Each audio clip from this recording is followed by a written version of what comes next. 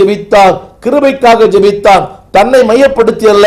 தாவீதின் குமாரனே எனக்கு இறங்கும். அன்பானவர்களே, அடுத்த வார்த்தை சொல்கிறது, முன் நடப்பவர்கள் அவனை பேசாமல் இருக்கும்படி அதட்டினார்கள். இன்றைக்கு பாருங்களேன், திருச்சபையிலே வளர்ந்தவர்கள் இளையவர்களை அடக்குவார்கள், வளர்ந்த ஊழியர்கள் இளைய ஊழியர்களை அடக்கி ஆளுகிற தன்மையை பார்க்கிறோம். இல்லை அன்பாவளே, அடுத்தவர்களுக்கு முன்மாதிரியாயிருங்கள், ஒரு மாதிரியா இருக்க வேண்டாம். அங்கே சொல்லுகிறார்கள், முன் நடப்பவர்கள் அவனை பேசாமல் இருக்கும்படி அதட்டினார்கள். அன்பார்களே, ஒருவன் ஆண்டவரிடத்திலே தன் பாரங்களை, தன் வேதனைகளை, தன் கண்ணீரை சொல்லும் போது அடுத்தவர்களை, அதாவது அவர்களை ஏளனமாய் பார்ப்பது. இன்றைக்கு சபையிலே பாருங்கள், ஜெபிக்கும் போது என்ன ஜெபிக்கிறார்? ஜெபமா இது? ஜெபத்திலே ஈரம் இல்லை, ஜெபத்திலே வல்லமை இல்லை. அன்புக்குள்ளே, அது உங்களுடைய வேலை அல்ல. உங்களுடைய வேலை உங்களை படைத்தவரை பார்ப்பது. இவர்கள் யார்?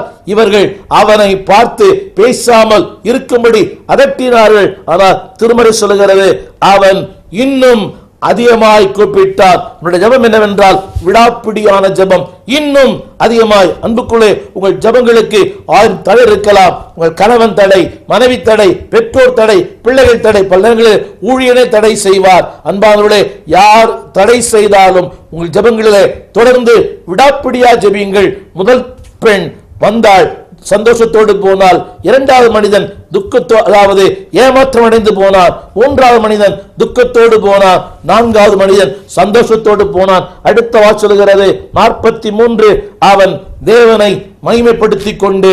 யோசித்து பாருங்கள், அவன் முகத்திலே எத்தனை சந்தோஷம். அவன் பார்வை அடைந்தான். அன்புக்குள்ளே, அவன் பார்வையடைவாயாக. 43, உடனே அவன் பார்வையடைந்தார். எத்தனை சந்தோஷம்! ஒரு புது உலகம், ஒரு புது வாழ்க்கை, ஒரு புதிய ஆரம்பம், ஒரு புதிய அத்தியாயம். அன்றுக்குள்ளே என்ன ஆனந்தம், என்ன ஆனந்தம் சொல்லக்கூடாதே. அவன் வாழ்க்கையிலே ஒரு மிகப்பெரிய ஆனந்தத்துக்குள்ளே வந்தார். அது மட்டுமல்ல, தேவனை மகிமைப்படுத்தினான். அடுத்த சொல்கிறது, அவருக்கு பின் சென்றான். இங்கேதான் அநேக தவறு செய்கிறார்கள்.